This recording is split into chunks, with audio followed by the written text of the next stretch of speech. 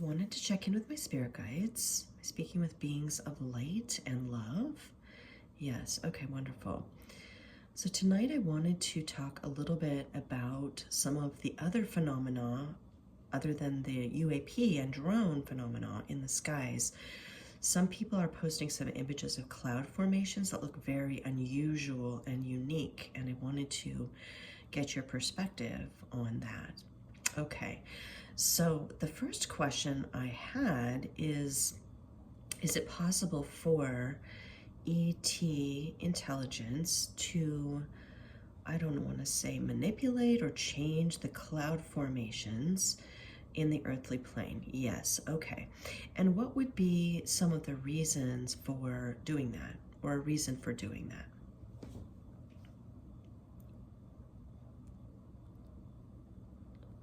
And you could even just share one reason if you wish. T O2 C L O A K, to cloak, U F O S, to cloak UFOs. Okay, that would make sense, because many are not ready for full disclosure about our true nature as divine beings, and that would be a way to share that message without creating panic and alarm, because I would imagine that is one of the missions or goals of the divine beings on the other side, extraterrestrials, is to not create panic or fear. Okay, wonderful. So I wanted to see if, I also had a question about messages. Is it possible to send messages, and through cloud formations possibly, because some have seen images that don't look like faces. They look like just very unusual shapes. So what would be the reason, or would be another reason that the divine realms are interacting with us in that fashion, rather than just to show up on the lawn and on the White House lawn? What would be a reason they're presenting information that way, in a more subtle way?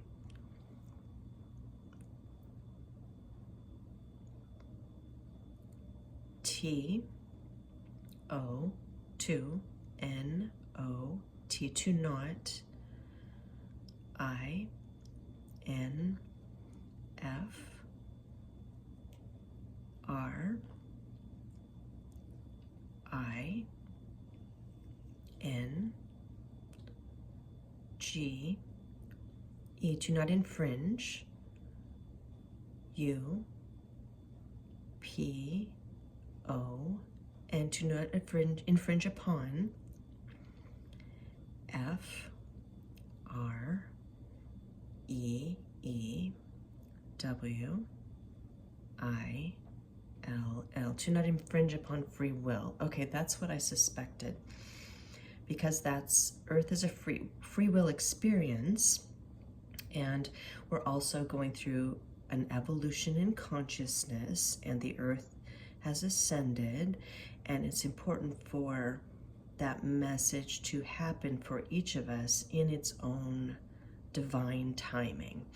Okay, so do we each see these formations in a different way based upon our own evolution of consciousness? Okay, so some may see something that appears to be completely different than the same thing that someone else can see or is viewing, and that's based on our own evolution. So it's a very individualized process. Okay, wonderful. I'm just trying to think if there's anything else. Oh, there is an additional question I wanted to touch on briefly: orb activities. So that was another phenomenon that I've seen people posting some pictures about. I believe we talked about this briefly in another session, but is orb activity another way that the other side, the divine realms, can be interacting with us in this experience? Okay. So Are people truly seeing their relatives in orbs? I belong to a Facebook group where people post pictures of orbs, what look to be faces inside them. So is that what they're actually seeing? They've even shown faces of their pets who've crossed over. Okay, okay. Is there anything else you'd like to add about either of those topics? Either the clouds or the orbs? Yes, okay, okay.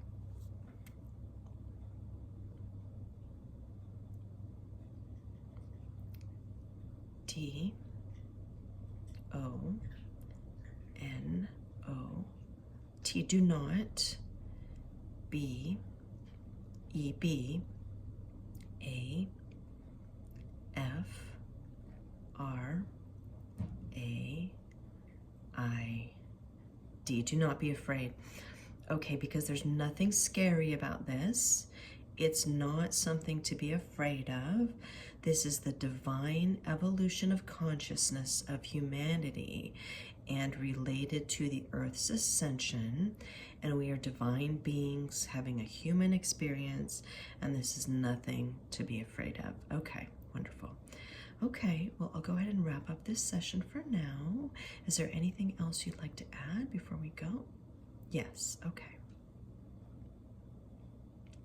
W E W L O V E Y O U. We love you. Okay, well, sending much gratitude and love. Good night.